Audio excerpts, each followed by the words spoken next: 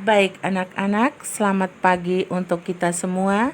Hari ini kita les biologi untuk KBM daring pertama. Kita masuk di KD 3.6.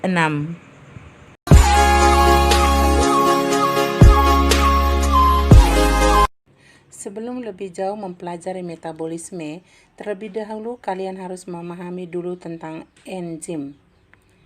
Karena enzim ini berperan sangat penting dalam proses metabolisme, baik dalam anabolisme dan katabolisme. Maka, inilah penjelasan enzim selengkapnya.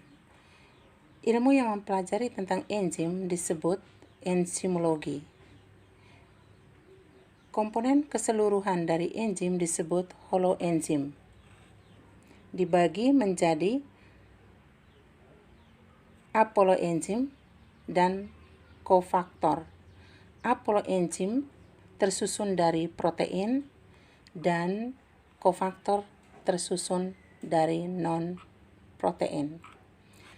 Kofaktor dibagi atas dua, yaitu koenzim tersusun dari senyawa organik dan gugus prostetik tersusun dari senyawa anorganik.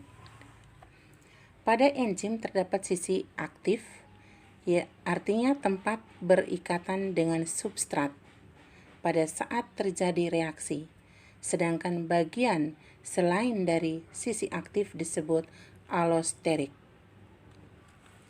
Enzim memiliki beberapa sifat. 1. Karena enzim tersusun dari protein, maka enzim adalah protein.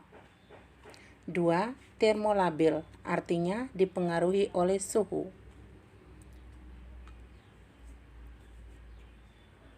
3. Biokatalisator atau untuk mempercepat suatu reaksi. Suatu reaksi jika tanpa menggunakan enzim, maka membutuhkan waktu yang lama.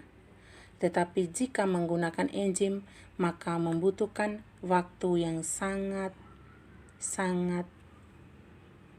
cepat. 4.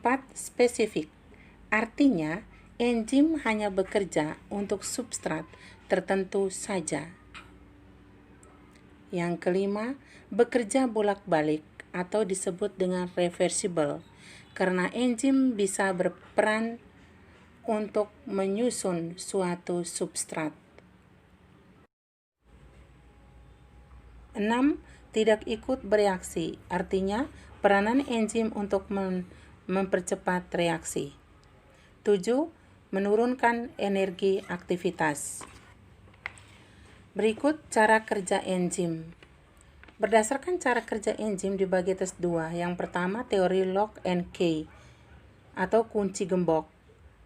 Menurut teorinya, sisi aktif dari enzim seperti spesifik dan tidak fleksibel.